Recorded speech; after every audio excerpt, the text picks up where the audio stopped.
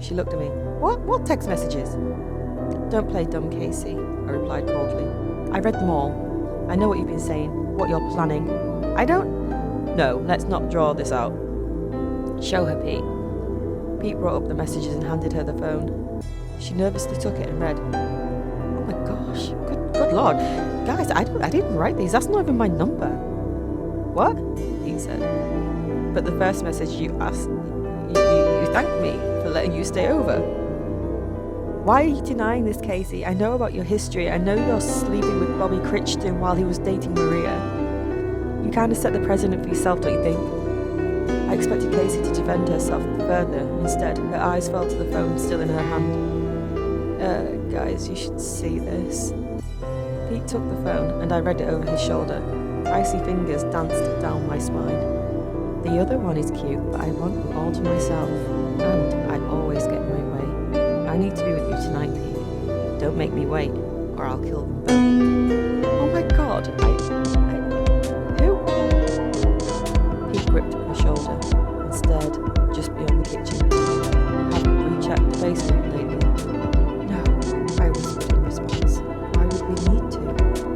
The clicking of the doorknob turning startled all of us, and we watched as the basement door swung open.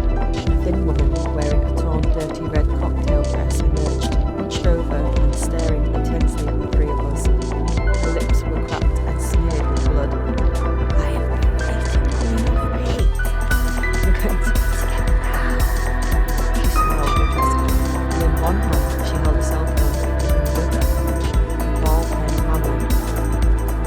Monica? What the hell are you doing here? Pete demanded, as his eyes widened with horror. What the fuck are you doing in my house?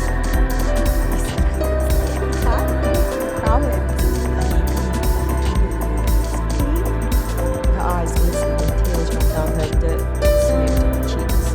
Monica. She was Pete's manager. I was completely at a loss as I watched this woman I had known for 3 years twitch like a feral animal. Her typically composed hair was a rat's nest and her bare feet were filthy. She brought with her a pungent smell of piss mixed with standing water. Pete, do something, I begged, holding onto his elbow tightly.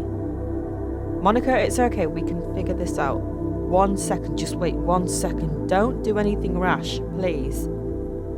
But it was clear that anger and hurt had already poisoned her mind. She twisted her mouth into a snarl and suddenly rushed at me, hammer raised high above her head. I didn't have enough time to react rationally, and only cowered with my eyes squeezed shut, hoping that Pete would protect me. I opened my eyes to find that Casey had picked up the kitchen knife and stabbed Monica in the ribcage. She withdrew the knife quickly and raised her arm to strike again. Monica howled with pain and dropped the hammer. She twisted out of Casey's next attack and scrambled back, clutching her wound. Pete dived for the hammer and Monica's eyes darted between the three of us, weighing the situation. Her eyes fell on me at last, narrowed and hateful. There was a darkness in them that I'd never seen before. I staggered back, afraid that she would dart at me, but instead she twitched her way back and bolted for the door, her red, ragged dress fluttering behind her. She disappeared into the night, leaving us utterly stunned. After the police interviewed us and took pictures of the basement, they gave us some bad news that Monica was nowhere to be found. Her apartment was vacant, and she'd somehow covered her tracks well enough to avoid detection by the police dogs. Apparently, her apartment contained some evidence of her growing obsession with my husband, photos that were taken without Pete's knowledge, personal information about both of us, and even a detailed weekly schedule of Pete's day-to-day. Pete helped us put together the pieces of Monica's final mental break.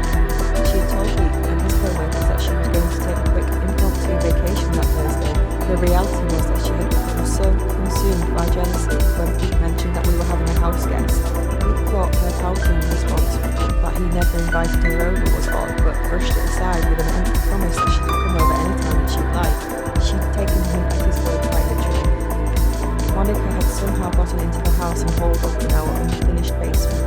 Down there, the police found a phone charger, a bucket of excrement, a few dirty personal effects, and a crude table setting put together with old furniture and some items that she'd squirreled away while everyone was gone or asleep. It was like some seriously twisted version of Lady and the Tramp.